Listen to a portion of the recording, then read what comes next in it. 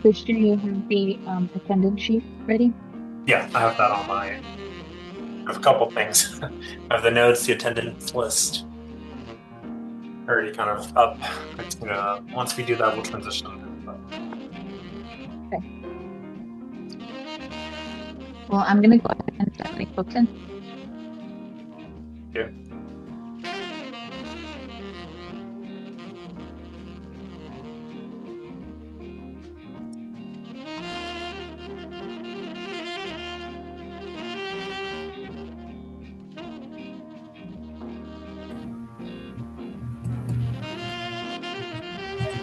Buenas tardes a todos. We'll give folks a minute. Hola, buenas tardes. Buenas tardes.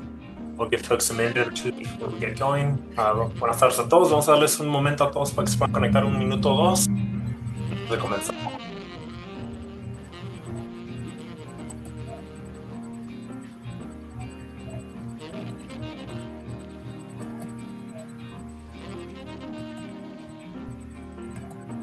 Oye, mi cámara no se ve.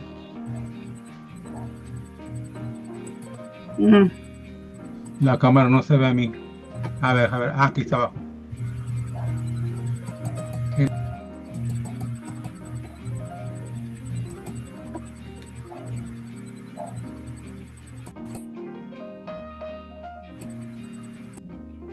Again, everyone, welcome to today's meeting.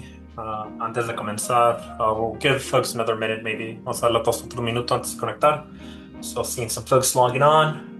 So, todavía hay varias personas que todavía están conectando. So, vamos a darles un momento antes de comenzar.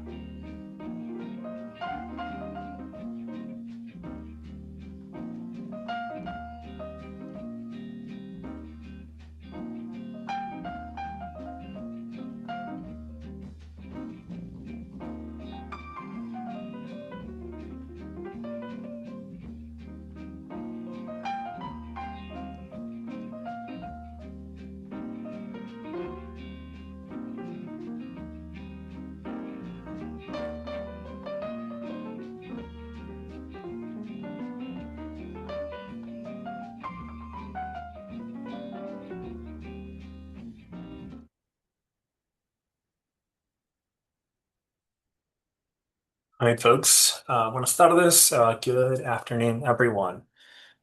Welcome to today's Portside CSC meeting. I'm going to move us over into our first slide as always. We'll go through some instructions for interpretation process and system. So I'll first give the instructions in English and then in Spanish. So buenas tardes a todos. Vamos a comenzar con el sistema de interpretación. Voy a dar las instrucciones primero en español y luego en inglés. So, para las personas que nos acompañan hoy a través de su tableta o iPad o de su teléfono inteligente o smartphone, favor de localizar el menú en forma de tres puntos en la parte inferior de su pantalla. De ahí pueden seleccionar Language Interpretation o interpretación del lenguaje y enseguida pueden seleccionar su idioma, en este caso el español o Spanish. Para todas las personas que nos acompañan a través de su computadora, pueden localizar el símbolo de interpretación en forma de globo en la parte inferior de su pantalla. Hagan clic ahí y después elijan su lenguaje, en español o Spanish. Ahora voy a dar las instrucciones en inglés. Here are the instructions in English.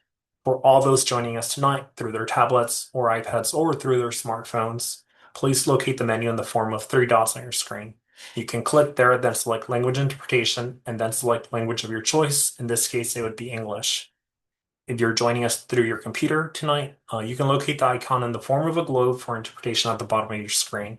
You can click there, then select English as your language of choice. So as a reminder for folks that are new to the meeting, we will have folks jumping in both providing comments in Spanish or English. So it is very important to make sure that you're selecting the interpretation service, especially if you're monolingual. So para las personas que son nuevas para el grupo, si no hablan inglés o nomás hablan solamente español, es importante usar el sistema de interpretación porque tendremos comentarios y preguntas ambas en español y en inglés. So, si tienen preguntas, just let our team know. So, pero nomás dejen a nuestro grupo saber si tienen algún problema. So, a quick reminder of our participation instructions. We always kind of hash this up, just bring it up, which is One, using the raise hand feature. So if you have a question, you want to share a comment or a note, use the raise hand feature. It helps our team know just what is a queue and who's first and who's next after that. And also the react button. We have the chat, so sometimes if folks don't want to share a verbal comment, then the chat's also an appropriate way to share feedback or questions. So our team will continually monitor the chat as well. So just jumping into our meeting agreements, just making sure that we're creating space for everyone to contribute, that we are stepping up and stepping back, that only one person speaks at a time, especially because of interpretation, that we listen to each other, that we respect each other's opinions, knowledge, and perspective, that we're conscious of time, and that we speak slowly and clearly for the interpreter. So with that, I'm going to jump into roll call. So I'll be leading our roll call today. So if folks can give me a second, I'll pull this up and then we'll go through roll call. So I'm starting off with an Alicia I see on screen. So Alicia Sanchez. Presente. Andrew Aguilar. I'm here. Thank you, Andrew. Bradley Bang. Present. By the way. Brent. Burge.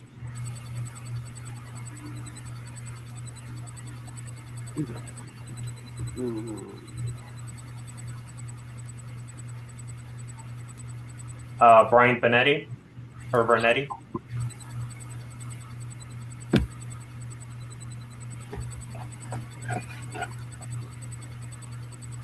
Carissa Ayala.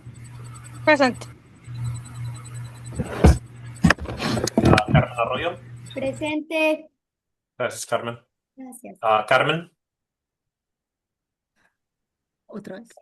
Casciola. Sí. Carmen, ¿estás aquí? Sí. Okay, gracias. Thank you. Kat Mattel.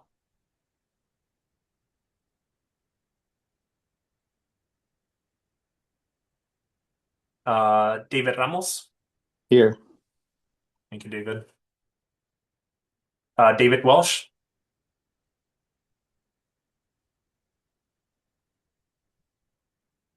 Jack Munger. I think I saw you, Jack. Good evening. Thank you, Jack. Jackie Reynoso Marquez.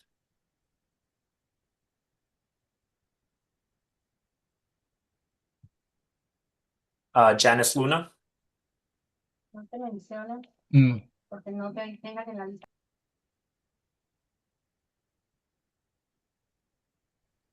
Jasmine Vargas. Present. Thank you, Jasmine. Josephine Talamantes.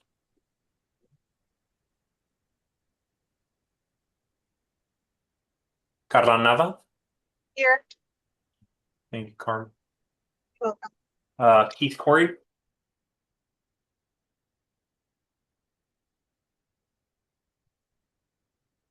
Kristen Uchitel. Here. Thank you, Kristen. Liana. Hi, so this is Chris Roberts with SDG&E. I'll be taking over for Liana from here on out. So I don't know if you would like to replace her name with me or add me in there. Yeah, we'll make the change.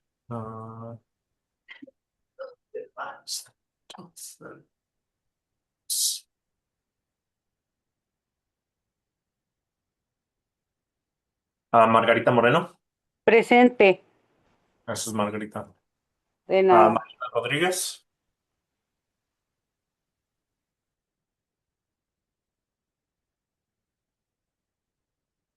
And then Maritza Garcia. Present.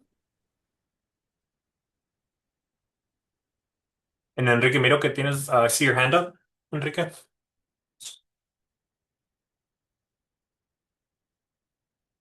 I'll come back. Okay. Martin Reeder.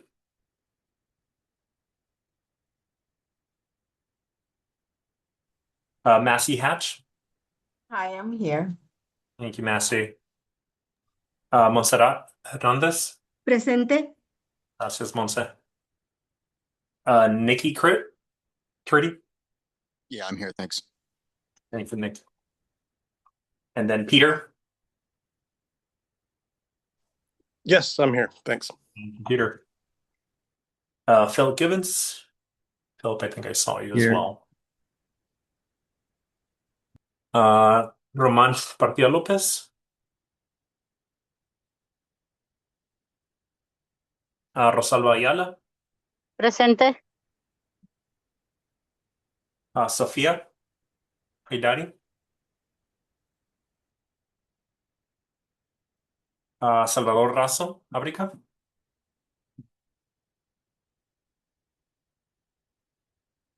Sergio Hernández.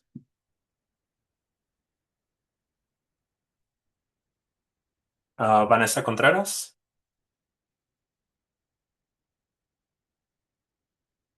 Virginia Mendoza. Present. Thank you, Virginia. Mm.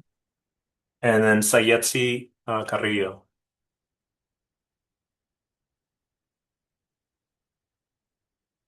So I'd say I don't see you. And then Enrique, I think I see that we did not call your name, so we'll add you onto the list and mark you as present. So Brisa, I'll just make a note that we need to add Enrique onto the roster here. And with that, we have 21 present, 16 absent, and then quorum is reached. Cynthia. Hi there. I'm not sure if you saw in the chat that Ozzy Meneses is here for Mundo Gardens, Janice Luna Reynoso.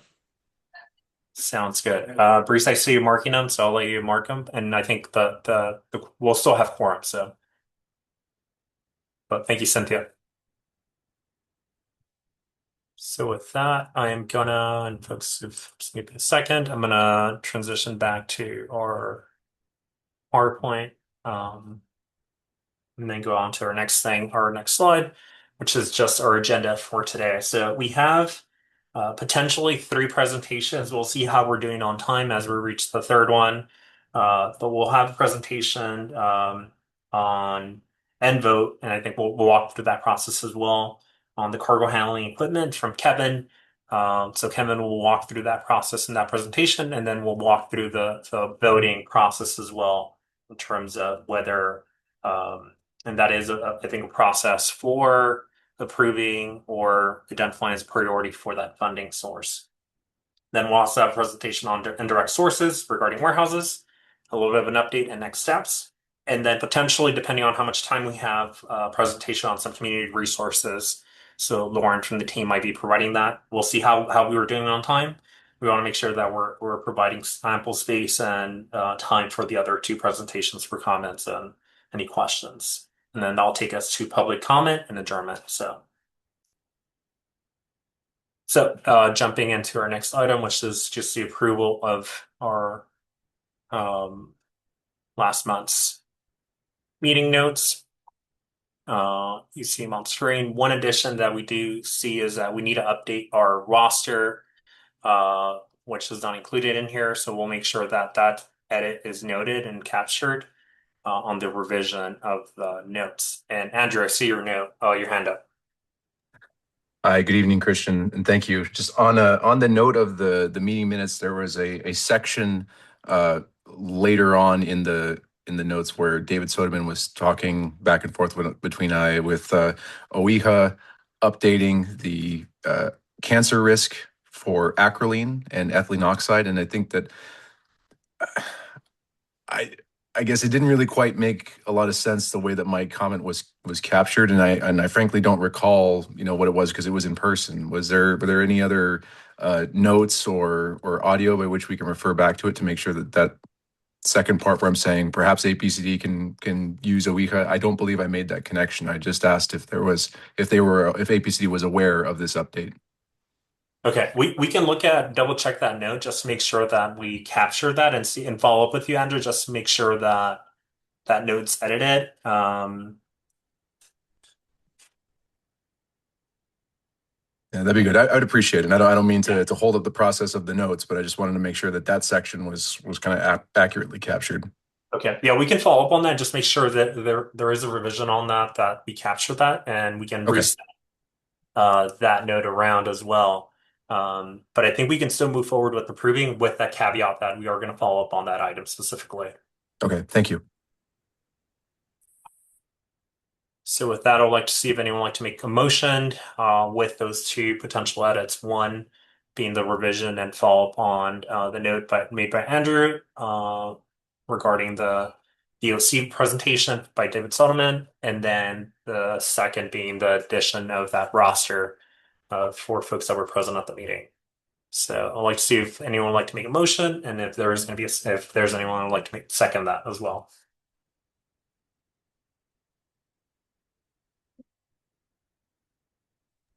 This is Maritza. I motion to approve. So we have Maritza as a first. Do we have a second? I second. This is Phil Gibbons. Hi, Phil. Thank you.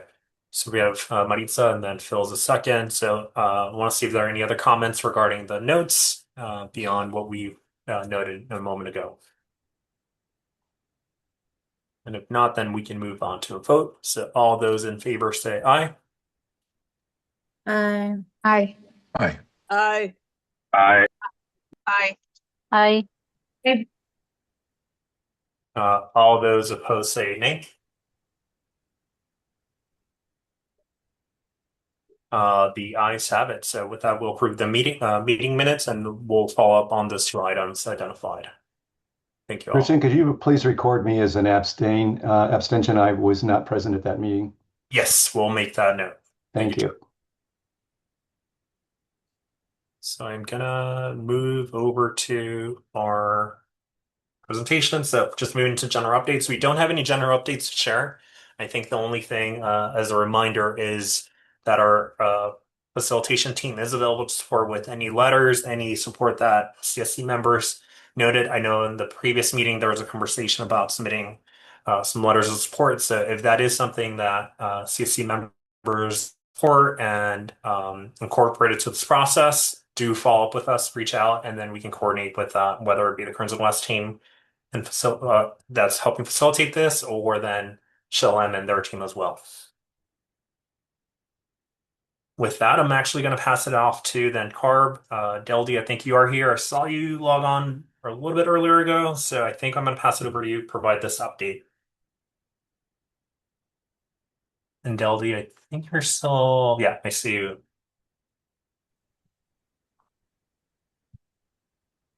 Thank you so much, Christian. Can you hear me? Yes. Awesome. Welcome, everyone, and thank you for always making time for CARB to share updates with you all about the Community Air Protection Program. I want to share just a brief update with you about what's happening with the funding to continue the program. And this is particularly important now.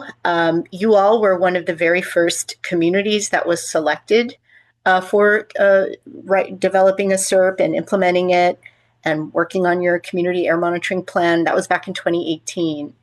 Every year since then, continuing through today, we have our funding for the program is an annual process at the legislature. So this year was no different. And in fact, I'm happy to say that as a result of all of the conversations around what was happening with the Greenhouse Gas Reduction Fund, the administration and the legislature, in a three-party agreement, added to the Budget Act of 2026 funding of $150 million for the Community Air Protection Program. And what this slide shares is an update around how that $150 million is split across the big three needs that this program has. The first is for community air grants. Community air grants are essential to keep the communities having the resources to build their capacity to participate in the program. And in FY 26 and 27 of the $150 million, $7.5 million is devoted to community air grants. On the far right-hand side of this slide, you'll see that $50 million has been allocated to the air districts, and this is typical of the amount that air districts have received over time. And this is the very important funding that does things like support the community steering committees with facilitation, with language access, with compensation, and also to support Air District staff in all of the work they do to make the program work. And in the middle here, in the yellow column, we see the funding amount for CAP incentives. Community Air Protection Program incentives are the dollars that districts rely on to take all the strategies that are in the emission reduction plans and bring them to life. And you'll see here that historically, the program has received about $195 million annually for air districts to do this work. This year, through this three-party agreement, which was codified in SB 111, there's $92.5 million. So it's half of what normally is provided for this program. However, it is not over. The legislature is currently in recess, but they are starting up again very soon. And when they do, one of the decisions they will have to make is how to make use of the Greenhouse Gas Reduction Fund. What's important about the $150 million is it comes from the state's general fund. So that means it's a really strong signal of support from the governor, from the legislature to keep this program going. And we don't know yet how it will work out with the Greenhouse Gas Reduction Fund monies and those decisions, because those are still happening at the legislature. But we will know once the legislative session concludes. So we just wanted to bring this news to you. And we have links here as well. I know, Cynthia, you're here too. And if you could put these links into the chat in case people want to learn more about the funding and for this program, you can check out the frequently asked questions link. Or if you want to see SB 111 for yourself, it's also linked. So I'll pause there and see if anyone has any questions, or certainly Domingo or anyone else, if there's anything you care to add about the budget, please feel free. Yeah. Shalom, do you want to add anything? And then I see Jasmine's hand is up, so. Yeah, thanks so much, Deldy, for being here today and sharing the budget update.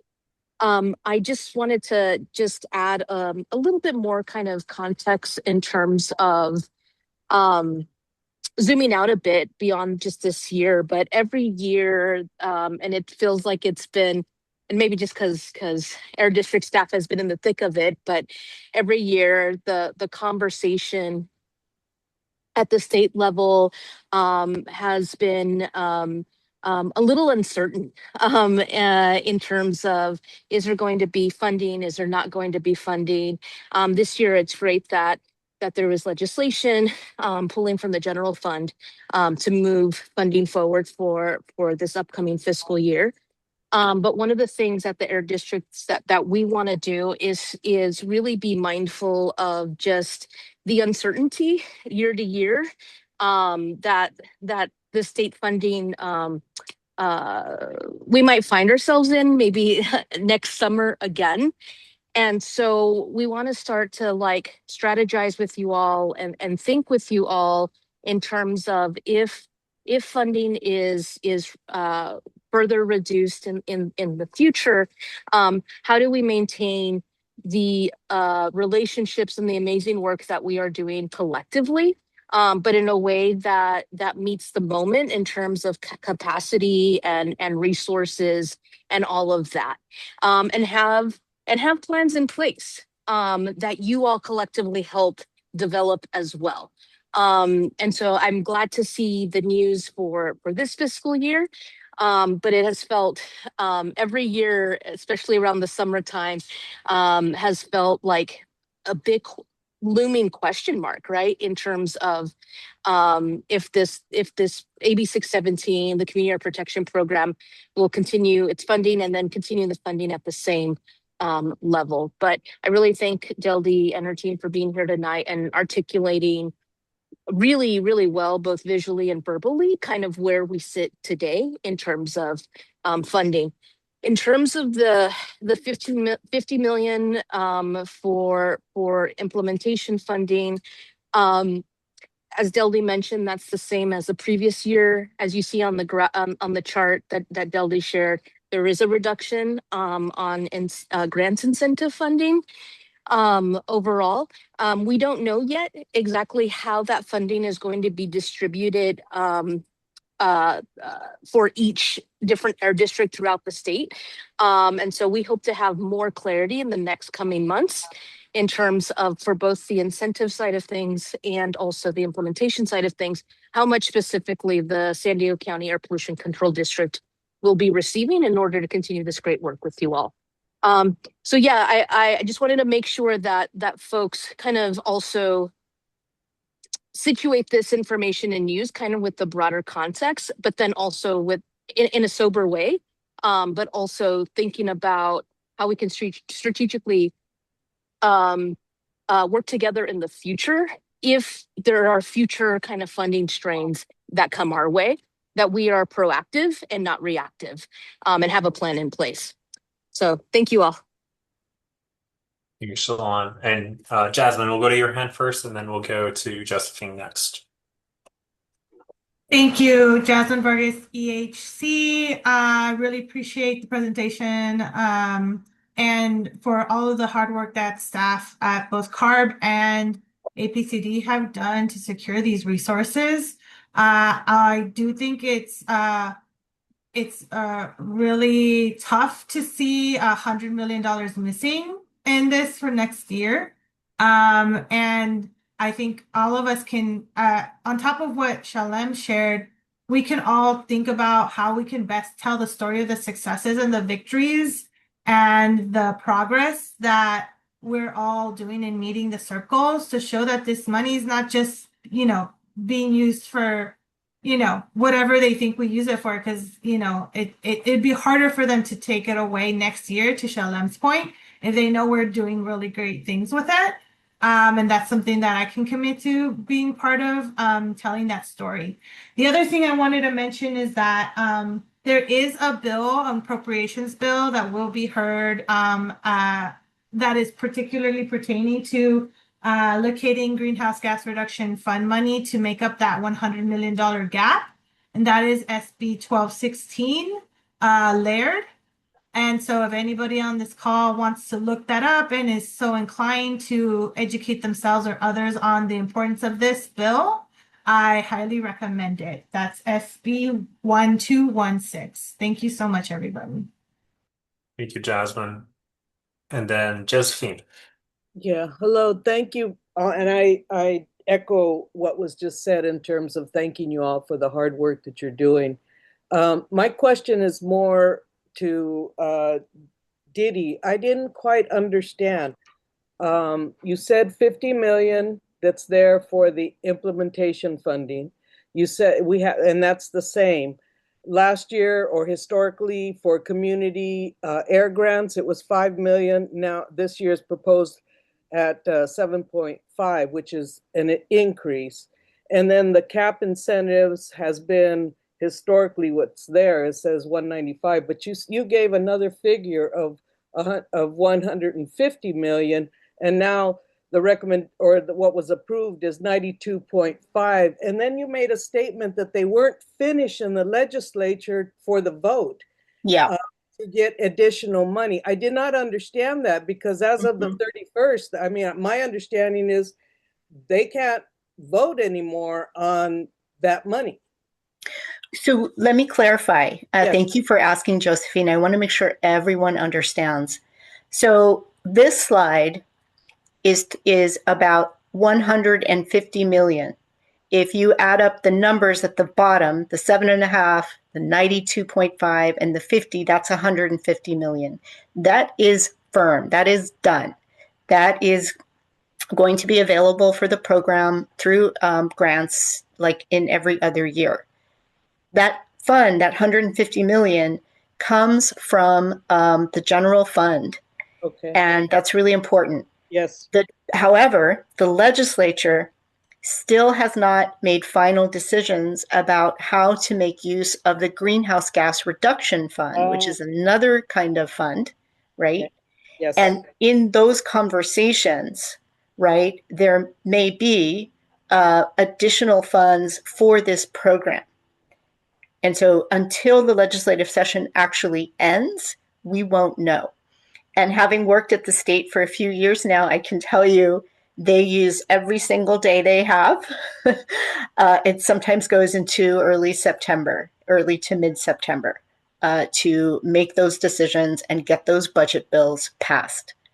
So there is still... and is there a committee that we can impact that is making those decisions? Who's making those decisions, and how can we get to them to impact that?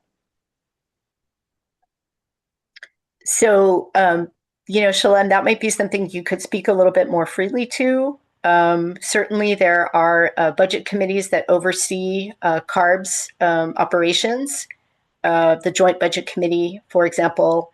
So I wonder, Shalem, if maybe you could help follow up on that particular point. Thank you. Most definitely. And what we could do is in our email that we send out kind of after our meetings, we can share who kind of the key committee chairs and how to contact them as well. Yeah. Yes. Yeah, thank you. And just to make the point here, connect the dot to Jasmine's comment and her comment in the chat. If you look into that link, that will help you understand what is happening with that GGRF money. And at least one legislative proposal for how to use some of that GGRF money to make up for this cut. Got it. Thank you. Okay. Thank you, Deldy. And you bet. Team Jasmine. If there are any other questions, I think, Deldy, I think you'll stick around. And I will. Yes. If folks want to chime in the chat as well, do so. And I think hopefully we can get some answers or any questions you might have. So I'm going to keep going through our presentation. I think the next thing we've talked about having a standing item just to provide updates on the monitoring sites for National City. So David, I see that you are here. So I want to see if you want to kind of just jump in and provide an update on where we're at with the different sites. And yes, thank you. Good evening, everyone. My name is David Soderman. I'm the chief of the monitoring division here at APCD. My team is tasked with developing the monitoring sites and then also operating them once they're up and running. So the first site we're going to talk about is the National City site, which is, I think it's the black site, the black dot on this one. This is kind of the northern one, the northern site in National City.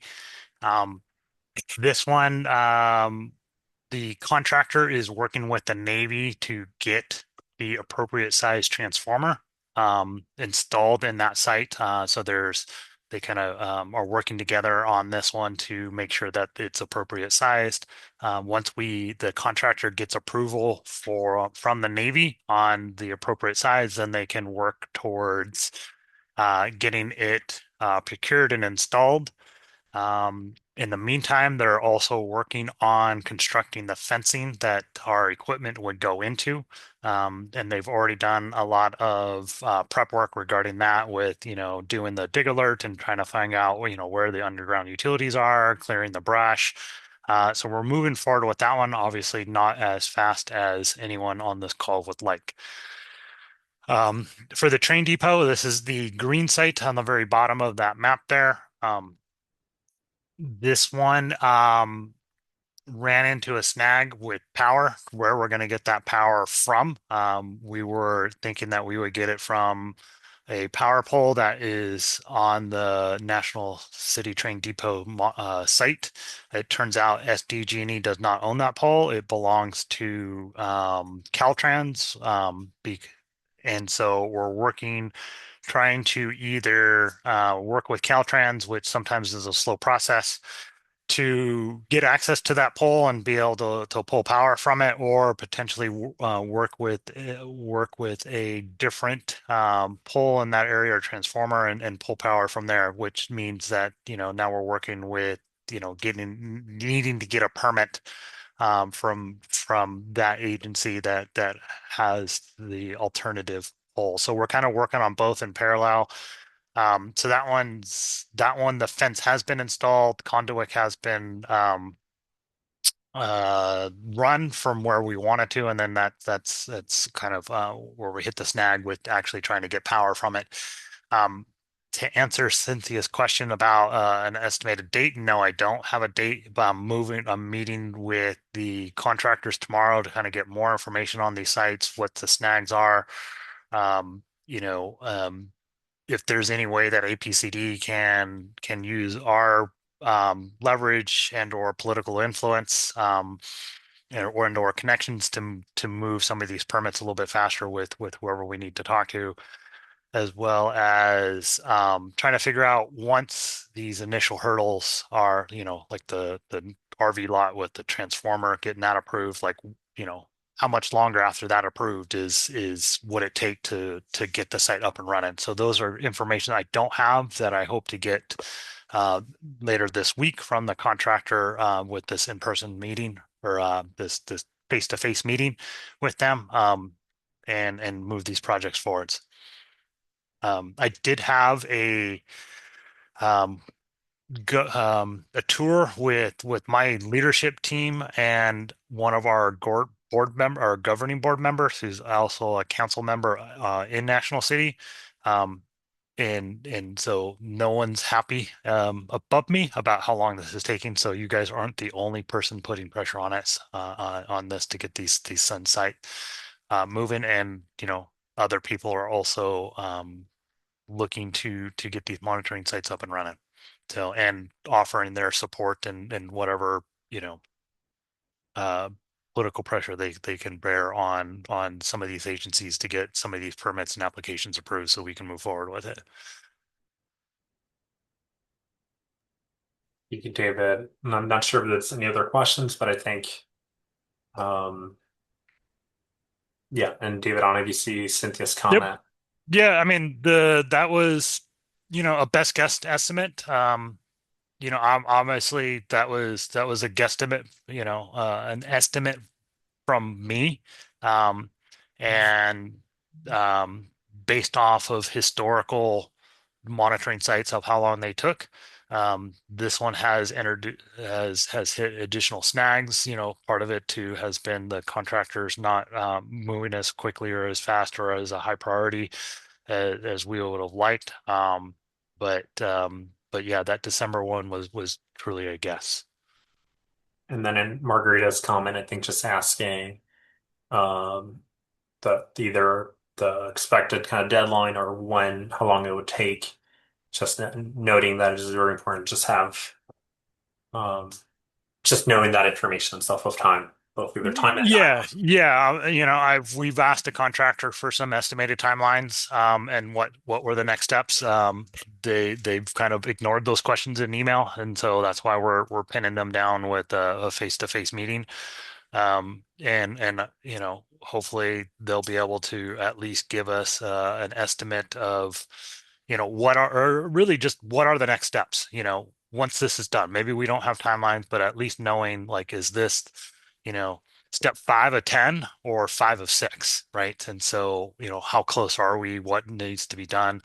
We're anticipating, just based on the fact that National City has almost everything there. We got a fence, we got trenching done. All we need is power connections and a little bit more work on the enclosure. We think that one's close to being done,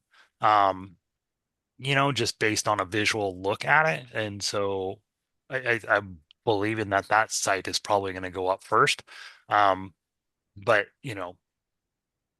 Navy, I don't know. Navy is supposed to they were last week we're supposed to install the fence. So that one is not that far behind. But again, I don't know how much more work needs to be done with the Navy one once the transformer has been installed. They probably got to run the conduit in ground, so they got to do some more trenching and dig alerts and hope that they don't hit utilities or have to go around utilities that are buried in the ground. Then I'm seeing 2 more questions, I think, just sort of temporary workarounds from Cynthia, maybe getting alternative or just getting data, I think. And then second kind of comment, just if there's any action the CSU or community members can take in terms of it seems to be adding more pressure, I think, or. So I'll answer Cynthia's questions about the temporary workarounds. Unfortunately, no. There's we need power, we need spot, we need security, and that's what we need for sites to be up and running.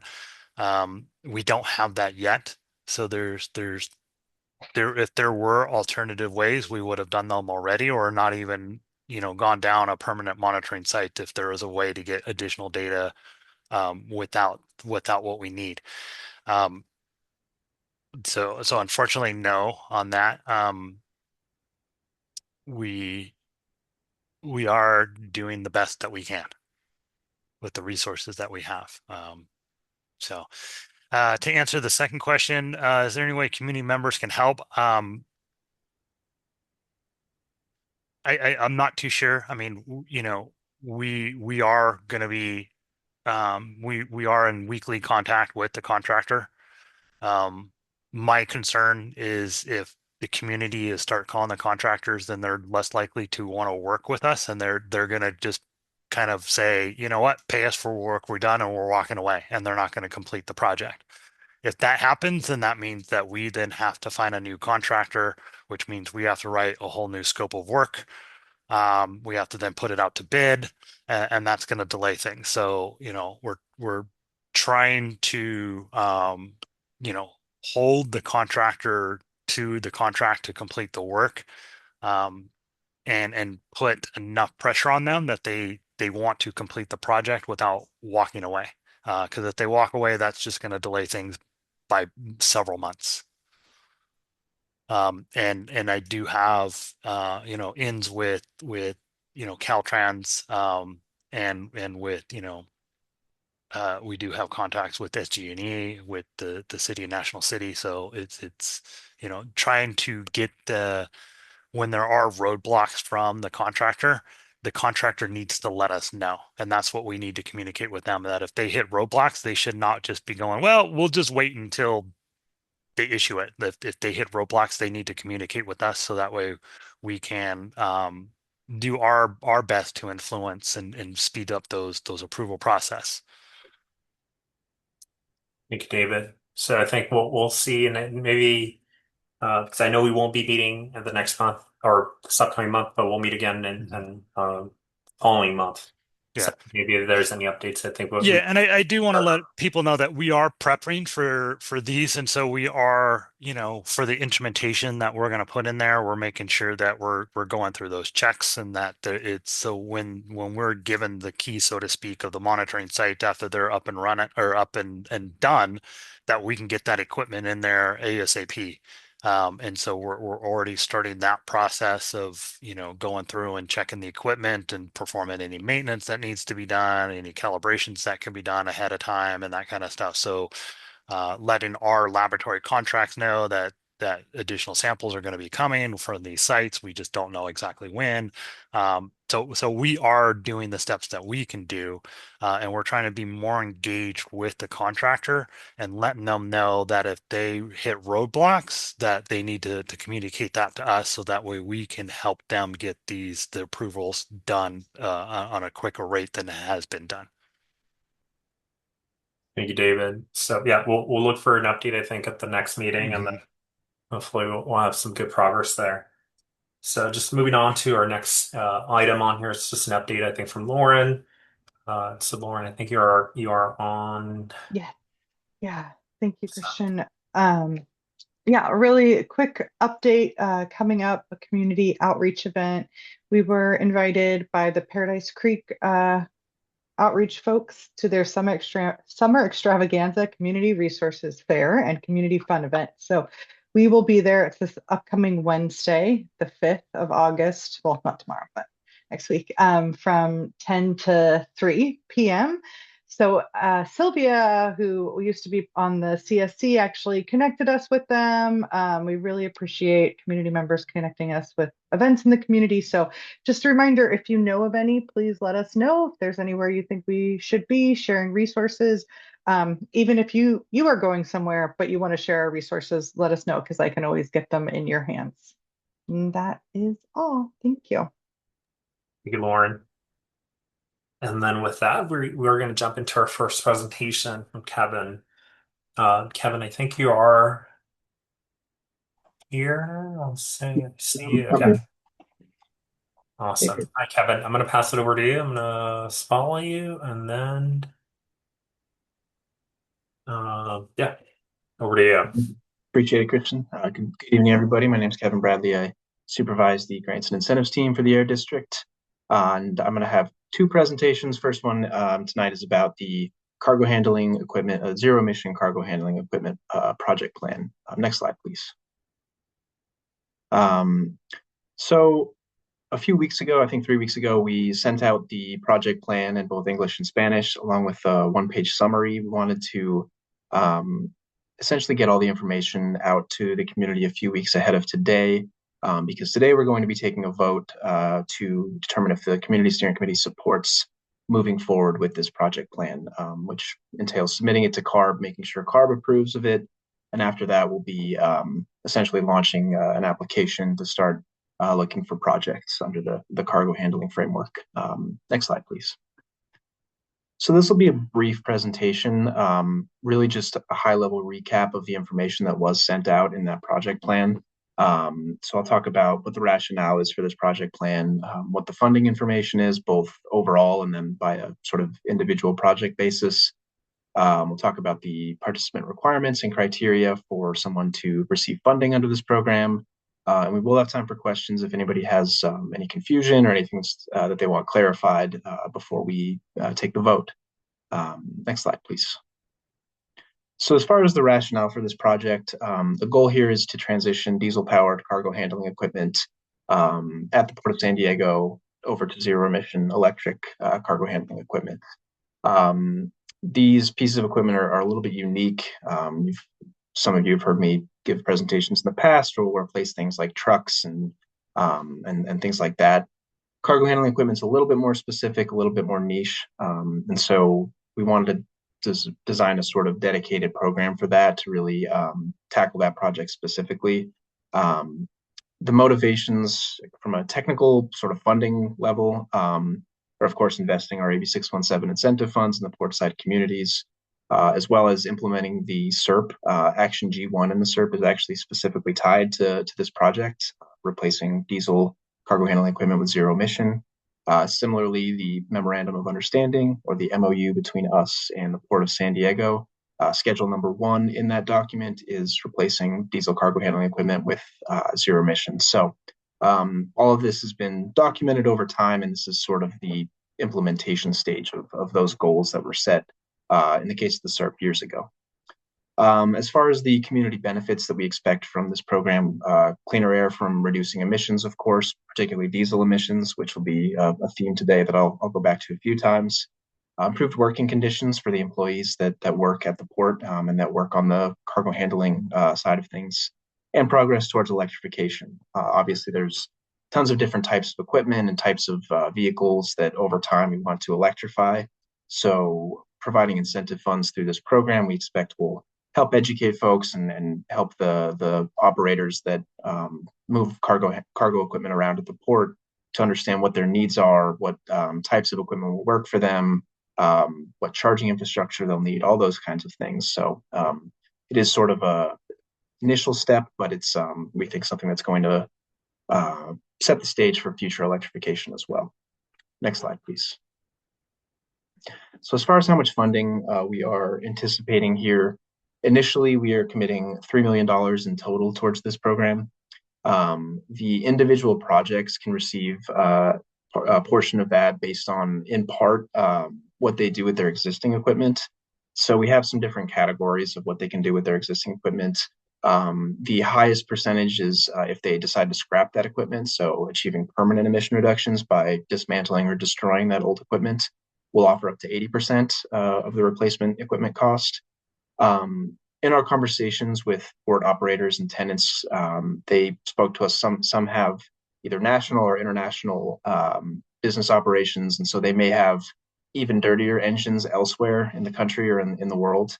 And so the ability to remove that equipment from California without scrapping it because it's still cleaner than something they have elsewhere, we want to offer some flexibility there as well. So we're going to offer up to 70% for that category. And then just understanding that cargo handling, sometimes jobs come in and these tenants have to move this equipment no matter what. And so making sure that they have equipment that's functional is important to them. And so we're also offering an alternative for them to keep that existing diesel equipment as a backup. We would offer up to 50% of the replacement cost, and we would put a hour limit in their contract so that they cannot use that old equipment above a certain hourly amount or annual amount, and they'd risk losing their funding if they used it more than they were allowed to. We also have this final category. We're calling it fleet expansion or expansion, and it'd be a case-by-case basis. The gist here is that if there are opportunities for businesses to expand their operations, and they would be buying new equipment, we want to facilitate them purchasing cleaner equipment. And so it'd be something like funding the difference between new diesel equipment and new zero-emission electric equipment, whatever that difference is, that we can sort of bridge that gap. But again, that'd be a case-by-case basis, and it would require some more detailed documentation from the applicant. We also understand that there may be some infrastructure needs for the charging of this new equipment.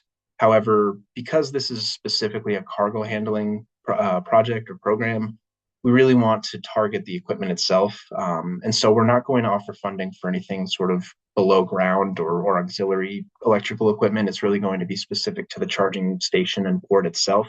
And so it'd be a limited dollar amount of $30,000 per charging port. That's at least where we are now. Potentially subject to change in the future, but that's the initial amount that we're considering for infrastructure. Next slide, please. Finally, this map on the screen here shows the Portside community outlined. The requirements for the participant include that the baseline equipment is diesel powered. That's what we're trying to target for replacement. The project life is going to be 3 years. During that 3-year time, the participants have to report back to us each year on how much they're using their new equipment, any maintenance issues that they run into or things like that. They also have to participate in some kind of community education or outreach events. An example of that would be we've had some zero emission ride and drive events lately is what they're called. And it's an opportunity for folks who are either operators of zero emission equipment or interested in zero emission equipment to be all in the same place, ask each other questions, understand how other organizations have been able to start incorporating cleaner equipment into their fleets and things like that. And so it's really an opportunity to spread the word about this type of equipment, the types of funding that is available to start purchasing these types of equipment as well. One final criteria would be that the applicant or the emission reductions for the project have to benefit the Portside communities. So we anticipate that it'll mainly be operators and tenants on port jurisdiction. But if it's another kind of project that's related to cargo handling within the Portside communities, we'd be open to that as well, because at the end of the day, the goal is to improve air quality and reduce diesel emissions. Next slide, please. Okay, so like I said, pretty short, quick presentation recap before we take the vote, but I do want to pause here and make sure if anybody has any confusion or clarifications that they're seeking, now's the time for any questions that anybody may have. So I'll pause here and see if any hands come up. Yeah. Why only 3 years? Margaret is asking. It's not that, we expect that they will continue to use this equipment after that 3-year period.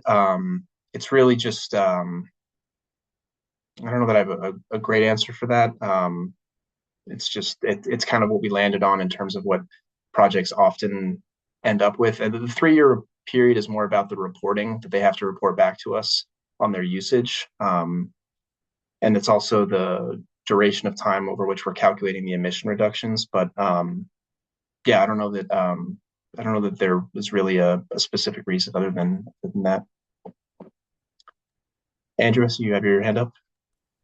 Hi, thanks, Kevin. I just wanted to point out that it was I think it's a very kind of innovative solution to kind of, allow for facility owners to still have backup diesel, because especially with the duty cycles that these things have, that historically has been a big concern, is making sure that you have continuity of operations while you try out some of these new things. So I just wanted to applaud the district for kind of programming in that flexibility while also still having a low usage kind of hook to make sure that they can still get the emission reductions that are expected. So thank you.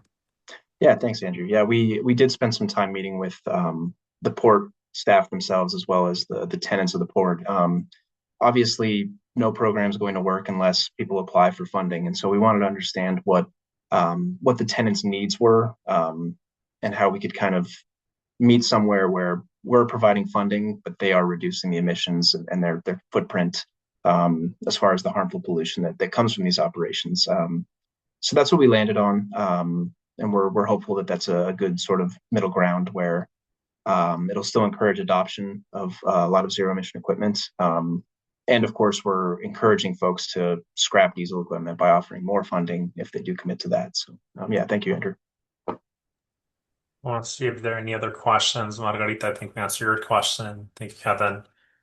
And Andrew, I'll see if there are any other questions before we move to a vote.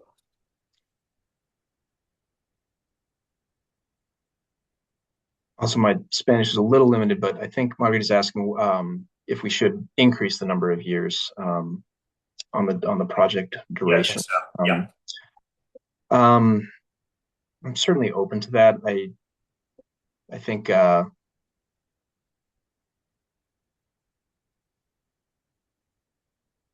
because if the electric equipment fails, we would have to return to diesel. Is that the next part that Margarita's Yes, saying? I think the next one is so if there's any, and I think Andrew kind of noted as well, if there are any issues with the new equipment, like are the operators returning just to diesel? I guess maybe that part of it is like, is there something that's like holding them to either maybe, and I'm reading a little bit more into it than I think it's noted in here, but if they're I guess it's like repairs versus just kind of like defaulting back to Well, if I can add to that a little bit, Christian, as a facility that are currently using APCD, grant funds through the port pilot program, the idea of having the equipment as a backup for diesel is that these are relatively new technologies, and we have had maintenance failures in the past where we've had to send back the bus to the manufacturer for a period of weeks to months, depending on the backlog and availability. So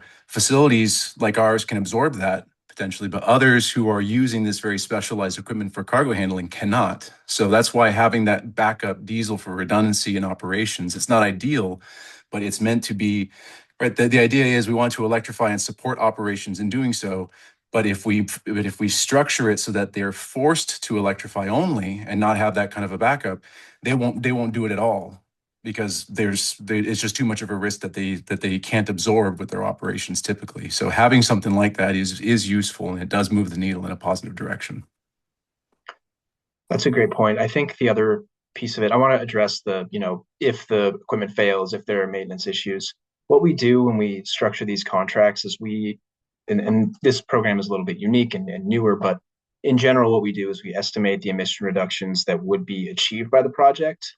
And then we insist that the project is not really complete until those emission reductions are met. Now, we usually write something into the contract to the effect of, if the equipment fails, you have to replace it. We require that the applicant has insurance and warranty on this type of equipment, so that if there is an issue, that they're able to either get it fixed or get it replaced. And the kind of final thing, and we try to avoid this as much as we can, but the final step would be trying to recover our grant funding if it turns out that equipment just wasn't used the way that we insisted that it be used in the contract.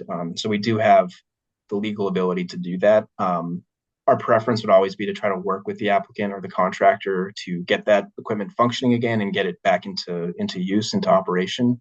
And so increasing the number of years, and I definitely understand the motivation there, but increasing the number of years of the project would increase that emission reduction amount. And I mean, that's obviously a good thing, big picture, but it also, it keeps that applicant on the hook for a longer period of time. And this being new equipment and new technology, we're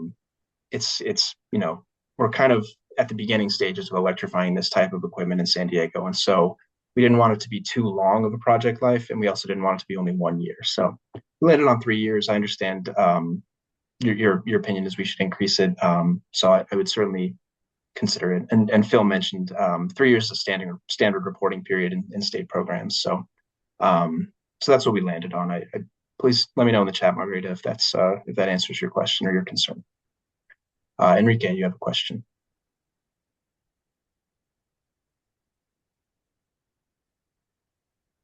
Enrique, you're muted, so we can see you on camera, but I'm gonna ask you. Okay. Got it. Okay. You Can you hear me? Yes. Okay. Okay. I've been in this industry, automotive, for many, many years. And I heard a situation about having a backup. I do agree up to a certain point. Sometimes companies, when they have that loophole of the backup, instead of keeping up to date, they use that as delaying to keep up to date with the program.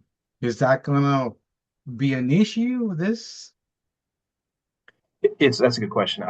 What we plan to do to prevent that is to implement a annual hour limit on their existing equipment. So we would we run calculations based on emission reduction amount. And so what we want to do there is, okay, if we want to reduce this amount of emissions, then you can't use that old piece of equipment more than some number of hours in a year. And they have to report back to us on their usage. We can audit their equipment. These off-road equipment typically has some kind of hour meter on it. So whenever it's running, that meter is increasing. And so we can audit the project if we have any reason to believe that they're not using their new equipment appropriately or enough. We can go check on that hour meter and make sure that they're essentially in compliance with their contract that they signed with us. Does that answer your question, Enrique? Yeah, it does. Yeah, thank you. Yeah, thanks. So let's see if there are any other questions or comments, and if not, then we can move over to our vote. And Shalom, I'll see if you have any other comments, I think, before we move on to the vote.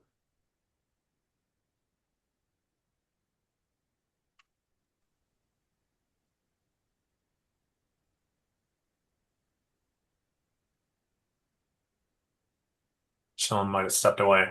So I think with that, we can actually then move over to the vote. So Kevin, I think that the idea is that we're hoping to get a vote or supporting the project plan, the process as you noted. Then this would be submitted to CARB for their approval, and then we would get kind of a note, I think, from your team just on kind of like what that approval looks like, or are there any caveats to the project plan.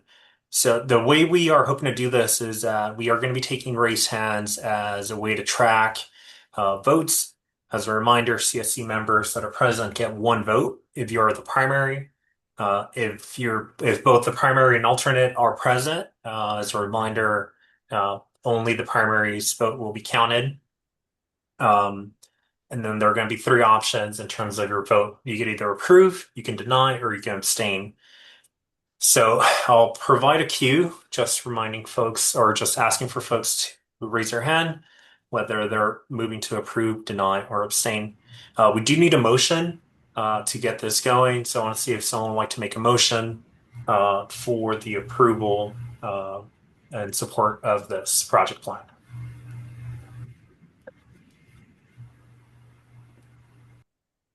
I would move approval, Christian. So we have Jack as a first. Do we have a second? This is Andrew from NASCO. I will second. And we have Andrew as a second. So now we'll ask those in favor of moving forward with approving or providing support for the project plan. Please raise your hand and keep your hands raised. Reese on the back will be noting and taking mark of that. So we'll give folks a second. If you are unable to raise your hand, please let us know in the chat so we can track that as well. And then, Brisa, I'll look to you once you've noted folks vote. Let me know, and then we can move on to the next option, which would be.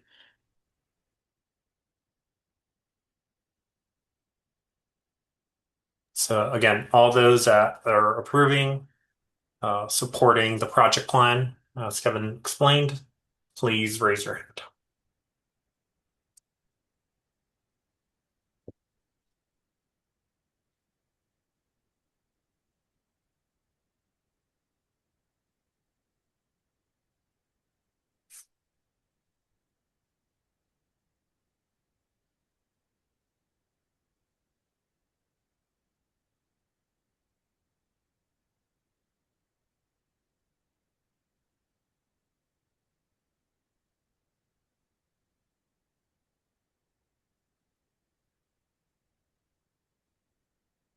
Okay, I'm almost done, Christian. Give me just a second.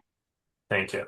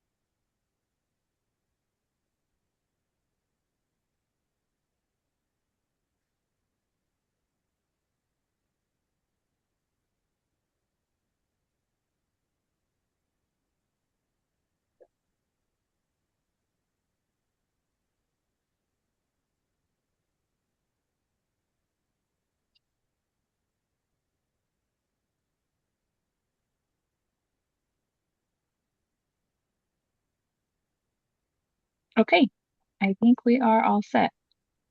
Thank you. And then now we'll move over to, I think, see, Virginia's hand is raised. Christina, I'm gonna lower your hand, and then Bruce, I think you captured folks in the chat as well. So then we'll move to the vote on those folks that would like to deny or that would look to deny the support for this project plan. So for those folks that are want to vote deny, please raise your hand, and then we'll mark those as well.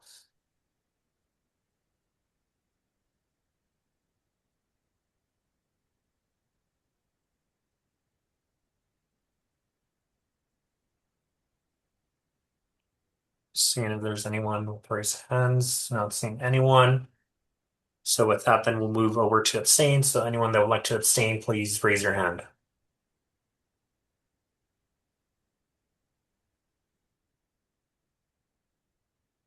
Not seeing any raised hands.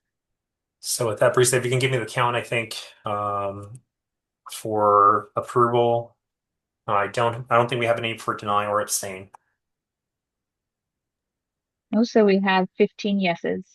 15 yeses. Okay. So I think with that, the motion moves forward. So Kevin, I think we will include a note, I think, of those votes, and then you will follow up on the process with CARB and then also their response in terms of the approval of the project plan. Yeah. Great. Well, thank you, everybody. As far as next steps, yeah, Christian already outlined it. So I'll be reaching out to CARB with the project plan. I'll have to input the vote that we just took, the numbers there, and we'll move forward. We'll try to get them to approve as quickly as possible. We're hoping to have an application period later this calendar year.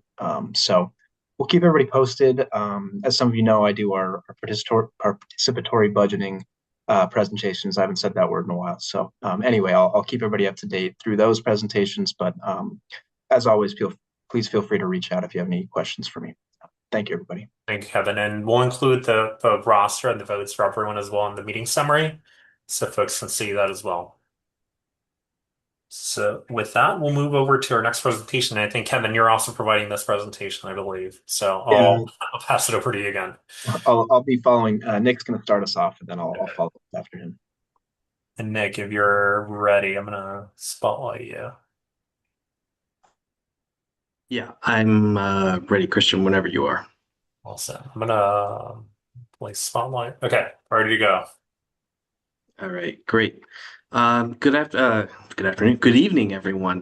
It's a pleasure to be with you again tonight. For those who don't know me, my name is Nick Cormier. I'm the supervisor for the Rural Development Division here at APCD. As Kevin mentioned, he's here tonight to also help me out with this presentation from the incentives group and that side of the house. We're here to provide an update on APCD's actions relating to reducing emissions from indirect sources at warehouses and distribution centers. This is a topic we've discussed a few times with this group over the course of a few years. And most recently, we were at the March meeting where we went into more detail about how APCD came to the recommendations we had regarding a potential indirect source rule from this sector. Tonight, Kevin and I will be sharing a very high-level update to update the group on what transpired at our recent governing board meeting and where the direction was given to APCD and what the next steps are from here on out. We do understand reducing indirect source emissions from warehouses is still a very high priority for the community, and we're hoping tonight's presentation will shed more light on how we're thinking this will still occur in light of this direction from our board. Next slide, please.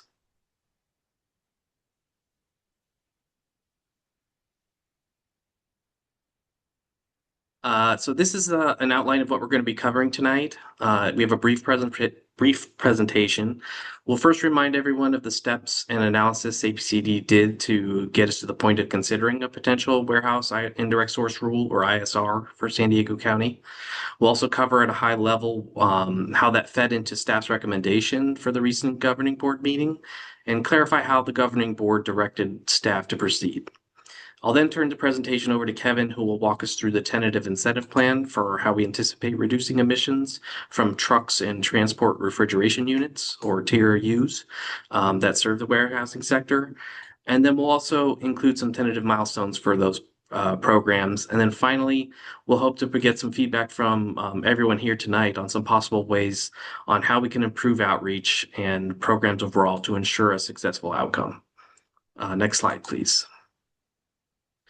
So first off, here's just a brief overview of the research that staff conducted on this topic. We covered this in a lot more detail at the March CSC meeting. So I'd encourage everyone, if you have the chance, to go back and review that presentation and the recording of that meeting, if you're able to, if you need additional information. In short, over the course of the last few years, staff analyzed the potential of regulating indirect sources at warehouses and distribution centers in San Diego, while engaging with stakeholders and community all along the way. These efforts resulted in the development of 3 reports that are shown on the screen here. These reports can be reviewed on our Warehouse Working Group webpage and by accessing the QR code that's on the screen right now. The latest of these reports, which was the white paper released earlier this year, synthesized and analyzed available information up to that point, and came to the following conclusions regarding a potential warehouse ISR in San Diego County. That San Diego has fewer warehouses and as a result could expect fewer emission reduction benefits than projected under a similar warehouse ISR implemented by South Coast AQMD in the Los Angeles region. That a local warehouse ISR would provide limited emission reduction benefit compared to other programs and rule-related projects of both past and future. That there is uncertainty over the number of identified warehouse locations that are truly attracting truck activity. That most of the anticipated emission reduction and health benefits were likely to be generated outside of under-resourced communities. And lastly, that there would be a high cost to industry to comply with an ISR per pound of air pollution reduced. This analysis informed APCD's conclusion in the white paper that prioritizing incentive-based strategies and retaining a potential warehouse ISR for future evaluation further evaluation in the future represents the most efficient approach to reducing emissions at this time. Next slide, please. So that analysis ultimately led to staff's recommendation to the governing board, which was to prioritize alternative strategies to reduce emissions from indirect sources at warehouses and distribution centers. In April, the governing board heard staff's first presentation on this topic and took comments from the public and stakeholders. Due to time constraints, the board voted to postpone discussion and votes on the item until a special May governing board meeting. In May, the governing board heard another brief overview from staff, including an overview of some of the testimony that was heard at the April board meeting. The board also took additional public comment on the item in May. After a robust discussion amongst board members, the governing board ultimately voted to support staff's recommendation, which again was to prioritize alternative strategies to reduce emissions from indirect sources at warehouses and distribution centers. With the governing board now having weighed in and providing staff direction, we're now in a position to look forward in how we implement the governing board's direction for these alternative strategies.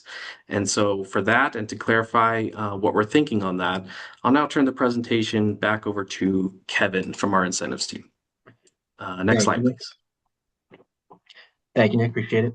Hey, everybody, me again. So I'm going to talk about our incentives plan here, and I wanted to start by sort of taking a step back and zooming out and providing some grounding information about incentives before we go into some of the specifics that we have planned as it pertains to warehouses.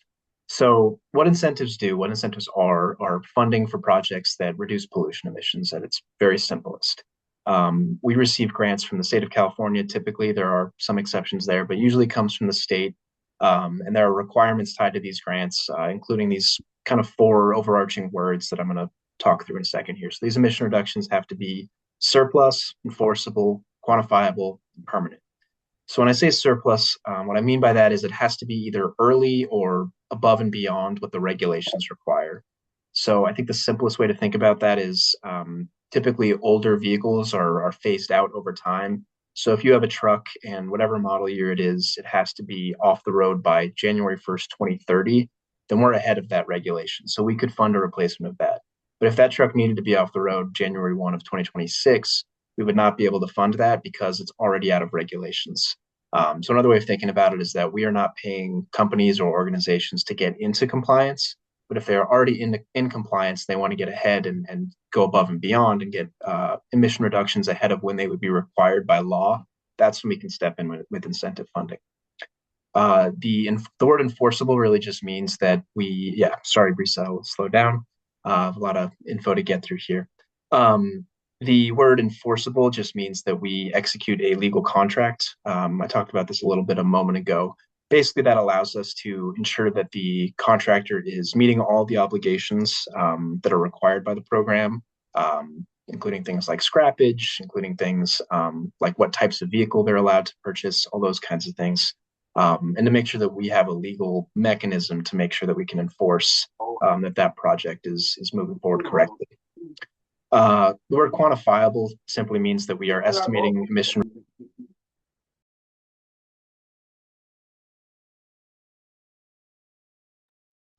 Kevin, I think we muted you by accident, so. No worries. Yeah, I thought I got a notification popped up. Quantifiable just means that we are estimating the emission reductions from the project ahead of when we provide funding. The amount of funding that we provide to these projects is proportional to the emission reductions that these projects can achieve. And then we also track those emission reductions after the fact by requiring that the contractors submit reports on their usage, any kind of maintenance issues, those kinds of things. Again, kind of referenced that in the past presentation. Finally, these emission reductions have to be permanent, and that's where the scrappage requirement comes into play. Obviously, we talked about that there are exceptions to that when there are things like the cargo handling equipment project, where we provide a little bit of flexibility, but in general, almost all of our projects require scrappage, meaning the old engine or the old vehicle is destroyed so that it can no longer pollute, so that the new piece of equipment that's much cleaner is the only thing that's now on the road or in use. I want to point out that there's a broad range of project categories. I'm going to spend the bulk of today talking about transport refrigeration units and trucks. But as we talked about earlier, we do off-road equipment, we do charging infrastructure, we've done air purifiers in the past, as many of you know. So there are many different ways to attack air pollution emissions. And so when it comes to warehouses, we're going to zoom in a little bit for the rest of this presentation. Next slide, please.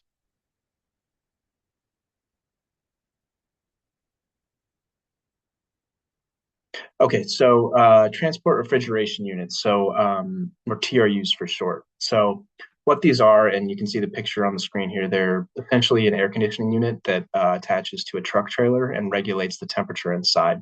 So when you think about food being transported over long distances or medicine, anything that needs to be kept at a certain temperature, that's where TRUs come in. So they're very useful, very important pieces of equipment, but they also do create substantial pollution emissions. So the statistic we have from CARB, an estimate on how much pollution we're talking about here, a TRU operating for 1 hour is roughly equivalent to a heavy-duty truck driving 60 miles per hour for the same amount of time for an hour. So again, substantial amount of pollution. It's a really good target for us, we believe, when it comes to trying to reduce warehouse-related emissions. So we have a dedicated grant through what's called the Goods Movement Emission Reduction Program, GMERP for short, through which we can offer up to 80% or $100,000 for zero emission replacement of diesel TRUs. So through this program, we're going to target diesel. We have to have these projects tied in some way to goods movement. We do have a limited limited ability to restrict that funding to DACs, unlike some of our other funding sources. But because goods movement is often tied to warehouses and often tied to places like the port or the border, we think that it'll naturally be a good fit for improving the air quality in our communities of interest, including Portside. So with that $3 million total that we have through this grant program, we're estimating that we can replace about 34 TRUs with that amount of funding. I'm going to throw a couple numbers at you here that I'll reference back to later. We estimate that with 34 TRU replacements, we would be reducing NOx emissions by about 6 tons per year and PM2.5 emissions by about 0.2 tons per year. Specifically with TRUs, we're ramping up to do an outreach program in the coming months to try to drum up interest in this program. So we plan to reach out to cold storage operations and warehouses, want to coordinate with industry stakeholders, many of whom are on this call right now, TRU vendors. We're going to lean on the data that the rules team put together through their white paper and their efforts over the past couple of years during the rule exploration phase. And we also will work with local chambers of commerce to get the word out to local businesses. Next slide, please. All right, so this slide, very numerical. I'm going to try to slow down a lot here to walk through what's going on here. The gist of this slide is that we wanted to take what the estimates were from the indirect source rule evaluation that Nick and his team did and try to determine how many projects, how many TRU projects we would have to do to roughly match those emission reductions that could have been achieved through an indirect source rule. We also wanted to break that down by region, so Portside, International Border, and then San Diego County as a whole, as well as breaking it down by 2 different pollutant types, NOx and PM2.5. We'll talk more about NOx and PM2.5 in just a moment. So if we zoom in on Portside, the analysis that the rules team did identified that the estimated emission reductions for NOx in a year would be 0.3 tons, and for PM2.5, 0.003 tons per year. So in order to achieve those emission reductions with TRU projects, we estimated it would only take 2 TRU projects to achieve the same NOx reductions and only 1 TRU project to achieve the same PM2.5 emission reductions within the Portside community. And based on those costing roughly $100,000, with only $200,000 of project funding, we would be able to match the emission reductions for NOx and PM2.5 in the Portside community. So it's a very cost-effective way to really target those. If we zoom out to the county as a whole, you'll see that if you look on NOx, it would be, according to the indirect source rule, about 12.8 tons per year of emissions reduced of NOx. Now that would require 75 TRU projects. And if you remember, we estimate we can fund about 34 of them. So this is where I really want to point out that we are going to attack this from different angles, and TRUs is one of those. And so whatever emissions we are able to eliminate with TRU projects are great. And then we're going to also try to eliminate emissions by replacing trucks with cleaner alternatives too. So all that is to say, if we did 34 truck projects, 34 TRU projects, we estimated that we could reduce NOx emissions by about 6 tons per year region-wide. That's almost half of the NOx emissions that the indirect source rule could have achieved region-wide, and that's just with TRUs. So as I mentioned, we're also going to do trucks. I'll talk more about that in a moment. But I really wanted to emphasize that while yes, TRU replacements may not account for all of the emission reductions region-wide that the indirect source rule might have, we're not only doing TRU projects, we're doing many other types of projects as well. And as it relates to warehouses, we're very specifically targeting TRUs and trucks, at least in the initial phase of this effort. One last thing I want to mention before we move on is when it comes to NOx and PM2.5, so NOx is a criteria pollutant. It's very important that we reduce NOx emissions. That being said, NOx in general leads to ozone formation. Ozone is more of an issue as you move further east towards places like Alpine. In terms of localized health effects, we are more concerned about PM2.5. And so you can see that PM2.5 doesn't require quite as much investment as NOx reductions do. So that's good for 2 reasons. One, it's just cheaper. And then the other reason, of course, When we talk about PM 2.5 and we talk about diesel, that's when we get into diesel particulate matter, which we've spent a lot of time talking about in these steering committee meetings. And there's a really big focus for us as the district. It's a big focus within the community emission reduction program as well. We really want to target diesel emissions because they are some of the most harmful. And so while getting PM 2.5 down is important, getting diesel PM 2.5 down is arguably even more important. And I'll refer back to that over the rest of this presentation. Okay, next slide, please. Oh, Andrew. Yeah, sorry, Kevin. Didn't mean to make you jump to the next slide, but can you go back very quickly to the table? Sure. I just wanted to point out there up at the top where you're in the columns in the middle, you're talking about what the estimated reductions that the indirect source rule would have done versus how many TRU units would achieve the same result. And I just wanted to note for everybody within the CSC for the Portside that 2 refrigeration units would achieve for a fraction of the cost what the emissions would have been for the ISR. And so that's a huge thing to point out, I think, and then especially once you expand it out to the rest of the county, how impactful a program like this coupled with others can achieve what the ISR would not have necessarily been able to do. So I just wanted to point that out for everybody, that that's 2 refrigeration units for the estimated reductions that were developed or determined through the course of the warehouse rule. So thank you. Yeah, thank you. And thank you for giving me a quick water break as well. And also it's good to point things like that out, that incentives is a very cost-effective way. And Nick's team did a really in-depth analysis of what the costs would be in terms of rule development versus incentives. And so that was part of the conclusion that his team came to that we presented to our governing board a couple months ago. Okay, next slide, please. All right, so now I'm going to talk a little bit about trucks. As far as the funding amount that we have available for trucks, it's always a little bit TBD. And we talked about it at the top when Deldy provided that update about AB617 funding. So there's a little bit of uncertainty with where that's going to land. But we do have other grant funding sources. The Carl Moyer program it's been around since the late 90s. It's a very stable funding source. Excuse me. We typically get between $8 and $10 million each year from that program. That program does give us a lot of flexibility to focus on environmental justice and disadvantaged communities as well. We also have $2 million available right now for our zero emission truck pilot program, which is targeting specifically diesel trucks that make trips to the port. So we have $2 million available today. We're trying to get folks to apply for that. We also have $4 million set aside for the future as we start drumming up more and more interest in that. And I'll speak more to that a little bit later in the presentation. As far as project categories as it relates to trucks, these project categories are very similar to what an indirect source rule would have offered anyway. We're talking about zero emission and near zero emission trucks. So of course, zero emission is sort of the ideal in terms of emission reductions, but these near zero emission CNG trucks or compressed natural gas are also really, really good options, really cost-effective options. Obviously, they still release emissions, but being that they don't run on diesel, there's no diesel emissions. So that's obviously a big win in terms of getting diesel trucks off the road, even if CNG is the replacement vehicle.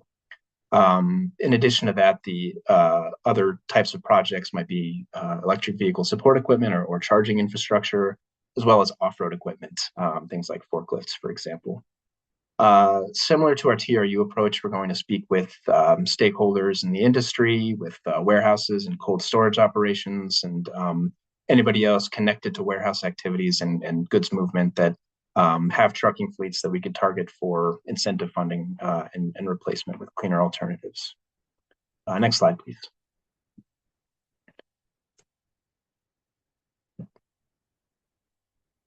Okay, so very similar table to the one before. There's a couple of differences here, but again, the gist here is that we are walking through how we could achieve a similar amount of emission reductions to the indirect source rule if we were doing truck projects. And I want to emphasize that it's not either or. Whatever emission reductions we get from TRUs would be in addition to the emission reductions we get from trucks. So I'll keep referring back to that. So as far as in Portside, if we zoom in on that again, NOx is If we were to implement an indirect source rule, we estimated that about 0.3 tons per year of NOx emissions would be reduced, and about 0.003 tons of PM2.5 would be reduced. The number of truck projects it would take to match the NOx emission reductions is in the 5 to 6 range, 5 if it's all zero emission trucks, or 6 if it's all CNG trucks. And then 2 to 7 is the range for PM2.5, right? So we're not talking about a ton of trucks in the Portside region.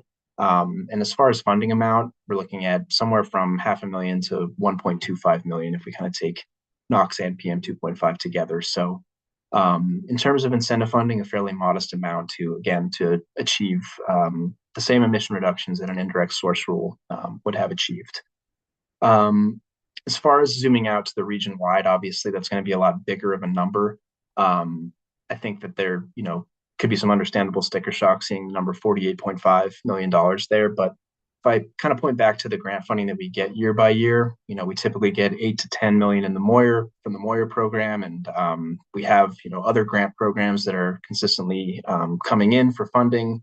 I believe in 2025, and this is off the top of my head, I think we did around $20 million of incentive payouts or something like that. So these numbers are not unheard of in terms of $48 million worth of truck replacements.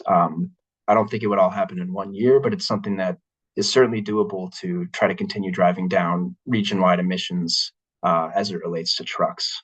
So again, one last kind of super quantitative number thing. Let's say we did 34 TRU projects, like I said before, and we knocked out 6 tons of NOx per year. That would take that 12.8 number region-wide all the way down to 6.8. And so all of a sudden, instead of having to do between 194 and 227 trucks to match or roughly match those emission reductions, be about half of that or a little over half of that. So again, the broad point that I'm trying to make is that we are trying to tackle this with different types of projects and continue to be creative and understand more and more what these operations look like so we can understand where the emissions are coming from and what types of equipment are good candidates for replacement. One last thing I'll mention, again, I'm just emphasizing this, is that we would love for every truck to be zero emission, but these CNG trucks do eliminate the diesel emissions, and we find that to be really important, both just in terms of emission reductions broadly, but also in terms of the CERP itself, did specifically mention trying to reduce diesel emissions. So we believe this approach will be in service of that as well. Next slide, please. Okay, so some broad takeaways. I know that was very number intensive, so the rest of the presentation shouldn't be as quantitative, but warehouse-related emission reductions can come from TRU and/or truck projects, and there's probably other categories, right? I mentioned forklifts earlier. There's other types of equipment that we could continue to target over time. For the sake of this presentation, I wanted to focus on those 2 project categories. Reiterating this, I know I've kind of beat this one to death, but zero emission trucks do achieve more emission reductions, but CNG trucks are highly cost effective and offer a really good intermediate sort of solution here. Additional emission reductions that benefit the Portside community can be achieved by other project categories, such as cargo handling equipment, like we talked about earlier. And finally, as we continue to try to transition to electric zero emission trucks, we have made some investments and executed some contracts for some infrastructure projects that we hope to come online in the coming years that will really facilitate adoption of electric trucks, right? One of the main barriers that we hear is, I'd love to get an electric truck, but I don't know where I would charge it. So as we continue to fund projects that create these public spaces and these truck depots where folks will be able to charge, we think it'll be more and more doable for folks to start updating their fleets to electric trucks as well. Next slide, please. So I know one of the requests for us was to go over what the timeline would look like here. And I actually want to start in a weird place on the slide. If you look in the bottom right with that note, it says the anticipated warehouse indirect source rule full implementation would have been no sooner than 2031. So keep that 2031 number in mind as we go through this timeline. So on the top of the arrow, we have the information about TRUs with those blue dots. So we plan to hold an application period later this calendar year in 2026. That'll allow us to start executing contracts roughly in the spring of 2027, and we'll start implementing those projects fall of next year, of 2027 through 2029. I know that sounds like a long window, 2027 through 2029. The reason for that is that a lot of folks that participate in these types of programs might have larger fleets. And so say you have 20 trucks or 20 TRUs, it's unlikely that you're going to take all 20 of those and replace them at once because you have operations to sustain. So you might do 2 trucks at a time or 3 trucks at a time, something like that. And so it does take time to kind of work through those fleets and replace them. On the truck side of things, we'll be essentially doing that through our routine yearly application period, our Clean Air for All solicitation, which we usually do each year in the spring. So spring 2027 will hold an application window. We'll be executing contracts fall 2027 through winter 2028. We typically get a much larger amount of applications through that solicitation, so that does take a little bit longer for the team to get through all those applications. And so that'll land on project implementation late 2028 through 2029 and beyond. So again, I know 2029 and beyond is several years from now, but again, the indirect source rule full implementation was expected no sooner than 2031. So the broad takeaway here from our perspective and from our analysis is that the incentives approach to warehouse emissions will be both more cost effective and also a faster process than the indirect source rule would have been. Next slide, please.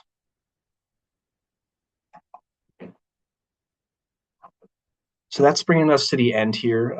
Certainly ready for anybody to ask any questions or provide feedback or suggestions. Anybody that has other things we should consider as we move forward with trying to tackle warehouse-related emissions, we're all ears. So thank you, everybody, for your attention. I know that was a fairly technical, dense presentation. So I'll pause here and see if anybody has any questions or comments or anything like that. And Kevin, I'll start with, I think, some comments that came in the chat a little bit earlier. So I think the first comment I'm looking at is from Margarita, and I'll read it off. If incentives are provided, you want to make sure that we're ensuring reduction in pollution from indirect emission sources. So I think just how do we ensure, I think, that there is reduction? Yeah, so I think part of that is through our outreach approach. We really want to get folks to apply who are connected to warehouse operations. So that's where we're going to start in terms of trying to let people know who might be good applicants. You know, people who have trucks that frequently go to warehouses, people who use TRUs, whether it's going to warehouses, going to grocery stores, anything like that. We'll continue to work on spreading the word that this funding is available. In addition, I know CARB is holding a workshop, I think, in the coming weeks related to TRUs and the potential to start regulating those in the future. So that, like I mentioned at the top of my portion of the presentation, once regulations are involved, people know that there's sort of a ticking clock on their ability to access incentive funding. And so any kind of regulations that come along will also leverage those to continue to encourage people to buy into these types of programs. Then Phil. Hi, thank you for the presentation, Kevin. I just wanted to ask, are you anticipating in the solicitation having infrastructure also available for charging the TRUs? Good question. We will probably stick with infrastructure in our yearly Clean Air for All solicitation out of simplicity, but that's not set in stone necessarily, and I think it's something that we'll have to consider, particularly as we start doing our outreach plan and speaking with these folks. Similar to Phil, when we sat down with the tenants at the port and understanding their operations better, this is something that we also need to understand better as a district so that we can create a better plan and continue to fine tune our plan to make sure that we're going to get buy-in from the types of applicants that we need to participate. And then Shalem, and then we'll go to the chat. Yeah, thank you for the presentation, Kevin. I appreciate the timeline there. I'm wondering, are there any integrated milestones into the timeline? Like, are there goals that the incentives team is setting to say, like, okay, within this year, we should be at X amount of funding X amount of TRUs and X amount of either CNG or zero emission trucks. So that's one question. And like, what's kind of the, so that we're not just waiting until 2031 to kind of do the check to see, okay, did we meet that? And then if those milestones aren't being met, I'm just wondering, what's the plan then? As well. And then lastly, I had a quick question. I actually was just looking at the sheet today, and I did see, I was looking at the incentives grant sheet today, and I saw that in the past, I think in 2024, there was one vendor who had applied for like 28 CNGs out in Otay Mesa. But I'm wondering, what has been the rate of application for TRUs in the past? Or like how many in the past have applied? And then also for zero emission vehicles or zero emission heavy duty vehicles in the Portside communities with the pilot project. Okay. All right. So first question was about milestones and tracking program success and making sure that we're actually getting buy-in. It's a very good question. I think this is sort of our initial draw up of a plan as far as what we intend to do with regard to warehouses. So I think that we'll know more as we kind of go through the process of setting up meetings with stakeholders, understanding where folks are in terms of being able to participate in these types of programs. Obviously, if we hold a solicitation and don't get any applications, that's a huge problem, right? None of us want that to happen. And so,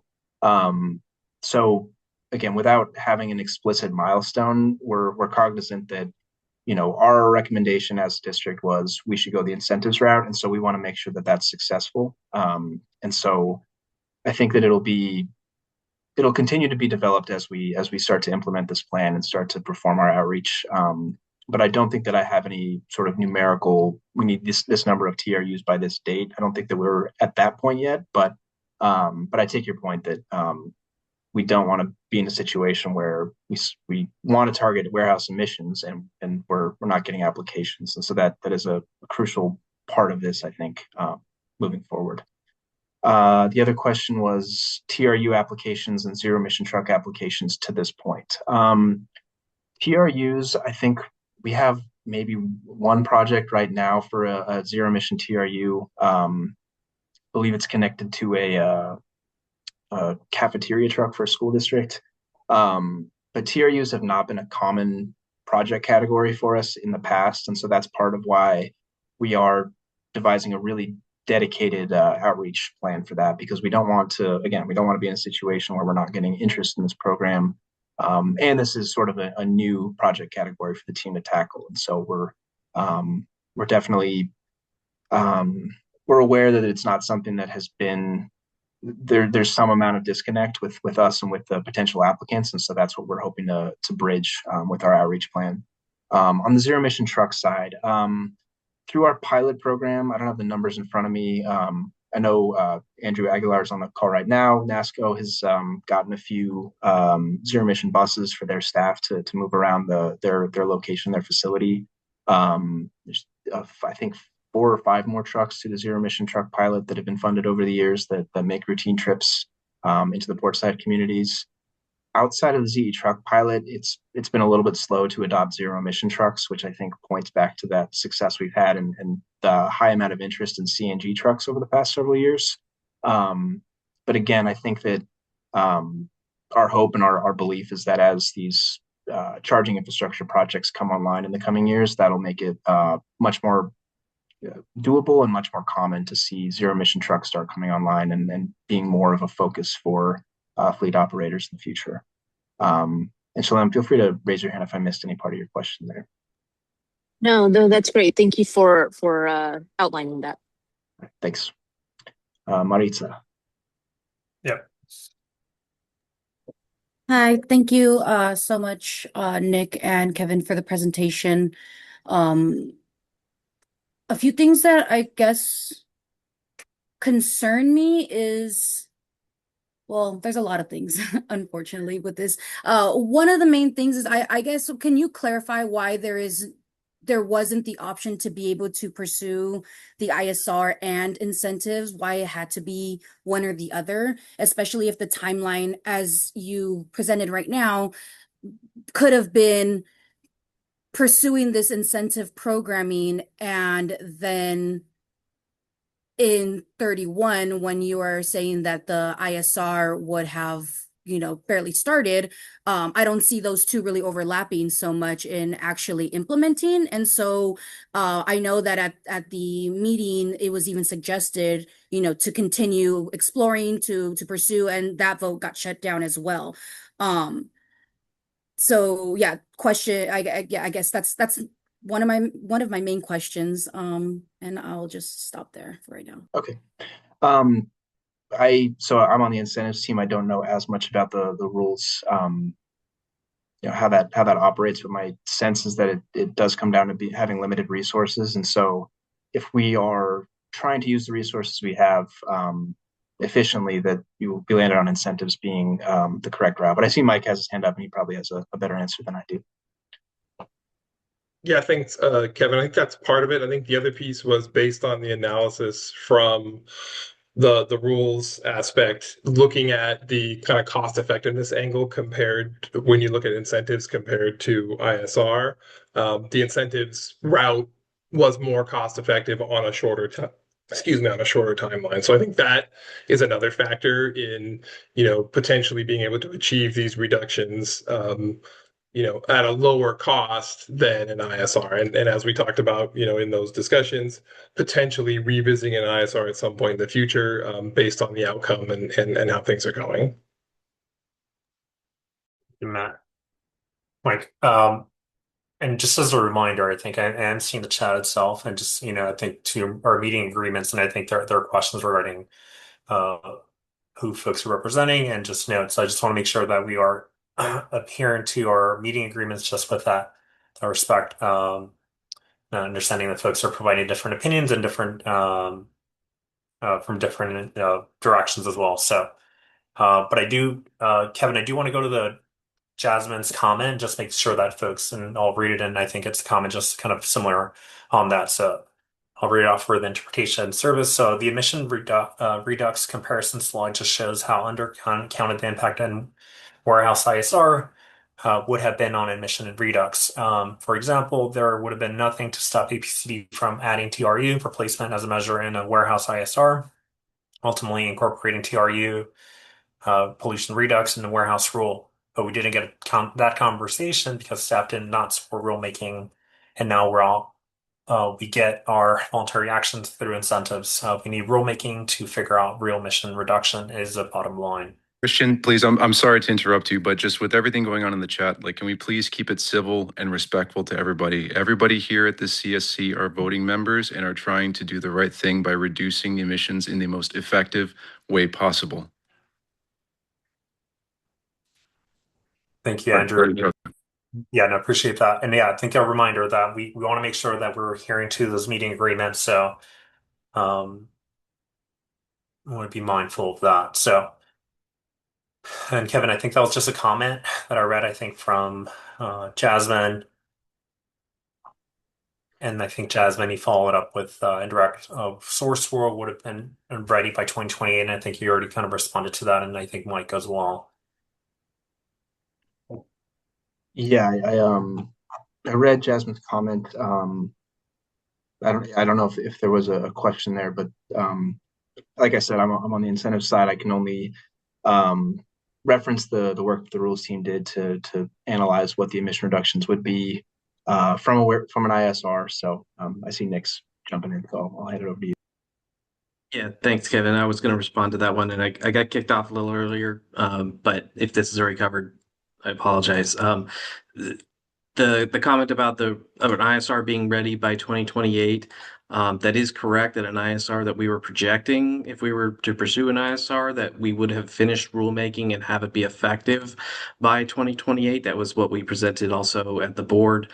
However, we were expecting basically a 3-year implementation period for that rule to be fully implemented.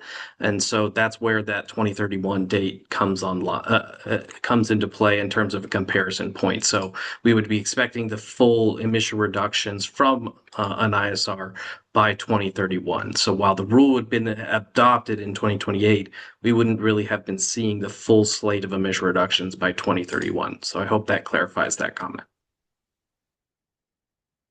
Unique. And I'm seeing Maritza. I'm going to go to you next, and then I see a comment from Cynthia in the chat as well. But Maritza. No, go ahead. Go finish with or continue with Cynthia's because hers was there way before mine. Mine was just a follow-up to my previous. So No worries. Okay, I'm going to read it off just to make sure the interpretation catches the comment. So Heat Island make the exact air pollution mix we face in national city tidal waves worse. Measurably and predictably, the latest peer-reviewed reporting shows that hotter asphalt-dominated microclimates intensifies ozone formation, trap PM 2.5, slow pollutant dispersion, and amplify cumulative exposures and buildup in coastal zones like ours.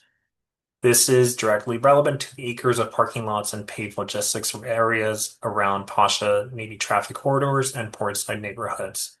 What are the plans for ABCD to monitor heat exertion and work with tidal land tenants to reduce their contribution to heat island effect? And I think, Shalom, I think this is something we can kind of take offline as a separate comment and follow up on that to Cynthia's comment. Yeah, that sounds good. Okay. And then Maritza, if you're okay, then I'll read off one more, I think. So I think I saw a comment from Margarita as well. I think just following on Shalom's note, I think just of that reporting, Kevin, of the number of trucks that are currently operating. Yeah, I'd have to look through our records to get a full list of the number of zero emission trucks that are operating in Portside.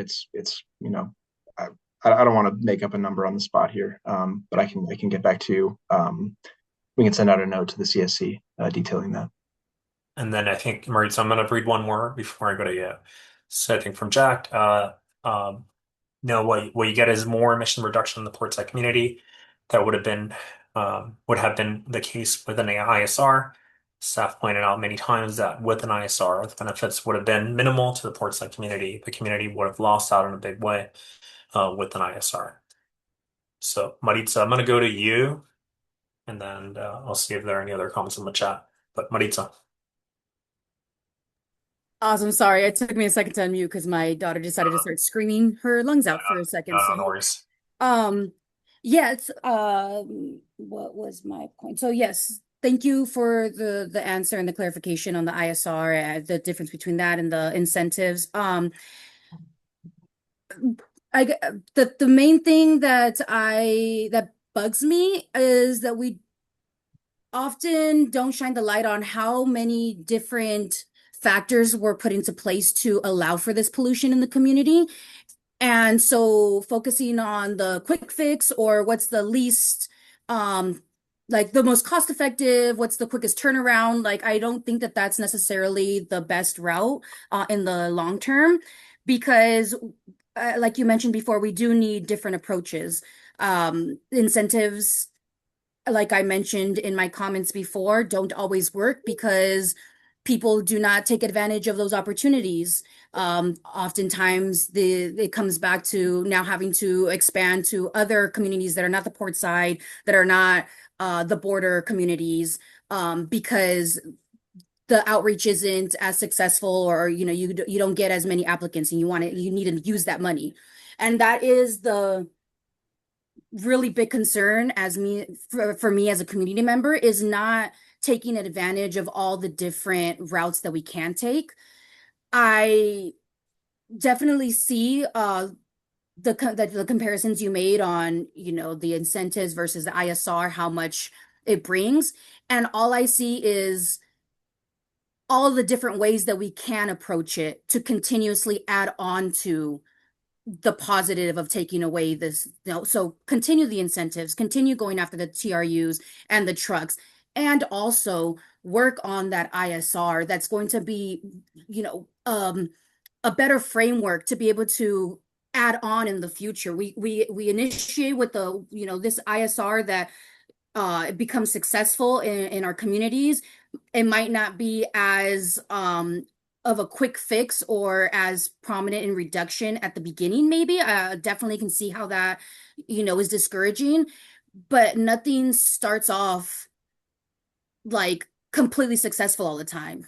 At times that might happen, but usually it's trial and error. And I think that pushing off exploring this indirect source rule because we see a quick fix now, or we see something that's that's gonna, bottom line, that's gonna save the pockets of the industries that are polluting the community members that are having to suffer, does not seem like a good way to go about things, to continue to go about things. That is why we are at the space that we are, is because we continuously allow for the favor of industry, of people that are using their practices to pollute, as opposed to finally seeing community and realizing that this is real suffering in our lives. Like, I don't see how we can't continue to pursue the ISR and still go with this incentive that does benefit community and industry. I can see that. I can see how it is good to give some incentive to these companies to be able to switch. Like, I get that.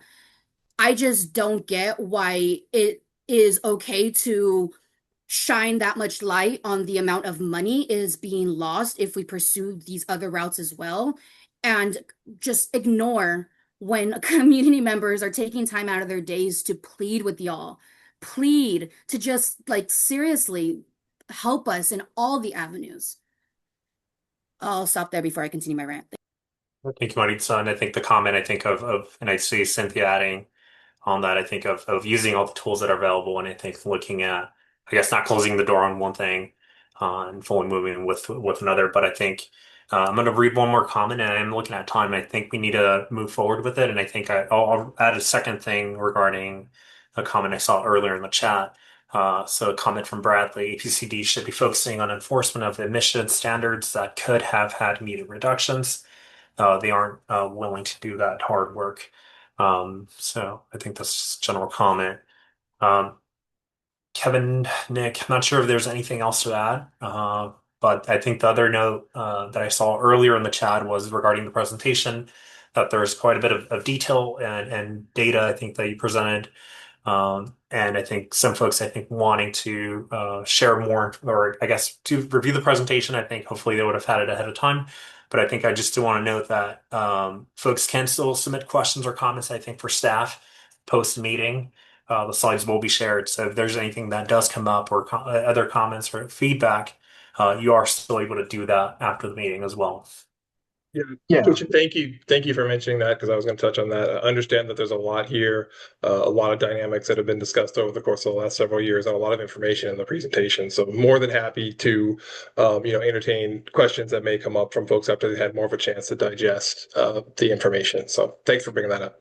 Yeah, and I think that's something that, just also even for visibility, I think that we can include in the meeting summary, so that folks are seeing those additions or contributions, even if those are coming in offline as well.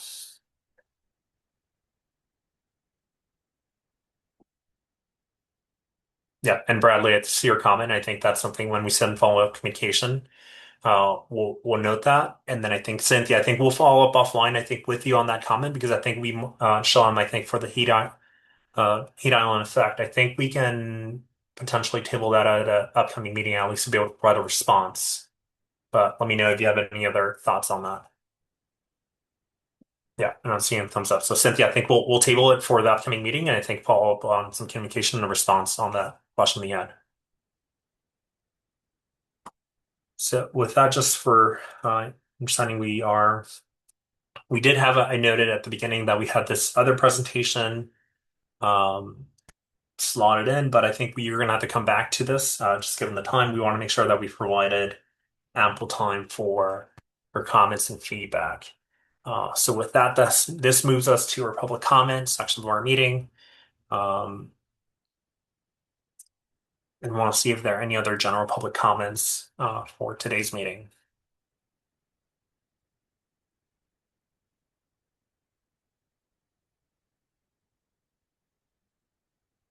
I'll move on to sorry, Christian, I do have one, and I'm sorry. It's just, I heard a lot of frustration and a lot of anger and a lot of understandably, mixed emotions regarding the governing board's decision, as well as the moving towards an incentive-based program like this instead of an ISR. I understand that, but I just wanted to point out that over the course of 3 years with this CSC, with the warehouse working group, multiple dedicated environmental professionals, environmental scientists, and engineers, including myself, were involved in this process, providing volunteer time up to, I think something around, I clocked it at around 100 hours at least of my volunteer time on my weekends where my son was asking me to play, and telling him, no, daddy's doing something very important for the community. And I don't say that to garner pity or any emotional points, but I'm just trying to emphasize that there was an intense amount of analysis and research, debate and discussion as to what we could do with the best available data and the resources that we had at hand. And it was unanimous across 2 independent analyses that moving forward with an incentive-based structure would provide a bigger emissions benefit to the Portside community as opposed to an ISR. And I understand and I totally empathize with this approach or this willingness to throw everything at the wall, both an ISR and with an incentive structure. But given the resources that the district has at hand and the resources that we have, the CSC have at hand, prioritizing the incentive-based structure made the most sense with the data and the information that we had. And so I just wanted to place that there because I got worried that kind of work and that kind of effort was getting lost in kind of the tenor of the comments that I heard this evening. So I just wanted to kind of place that context, hopefully allow for emotions to cool and we can kind of speak back to the data. We're all well-respected members with each other with different viewpoints, different life experiences, but we're here united under the same goal. I just wanted to remind everybody that that's what we're here to do. So thank you, Christian. Thank you, Andrew. So with that, I do want to go on, and we're over time, so I just want to move through this pretty quickly. So just as a note, we are not going to be meeting this upcoming month. So we'll be sending communication. I think as a note, one of the things is I think the follow-up, if folks are sending comments or any other communication, we can send that. I did see a comment earlier regarding providing updates on the monitoring and those updates that David provided. So I saw a note regarding potentially requesting any updates being sent via email as well. So I think that's something we can visit as well if there are any updates after David's meeting with the contractors. Our next meeting will be in September 22nd. We will be in person, so we'll send a note with that, those logistics, location, and timing as well. With that moves us to the end of our meeting. I do want to see if there's a motion to adjourn our meeting today. I'll motion to adjourn. So first from Andrew, and then we have a second from Jack. So all those in favor say aye. Aye. Aye. Aye. Aye. Aye. Aye. Aye. Aye. All those opposed say nay. The ayes have it, and with that, we wrap up today's meeting. Again, thank you, everyone. And if folks have comments, feedback, please do send them our way. Project team is available to respond to questions and comments even offline, and we'll make sure that those are incorporated and share it across the team so that folks are seeing those responses and questions as they're coming in as well. So thank you all. And with that, we wrap up today's meeting. Thank you all. Thank you. Good night. Thank you. Right.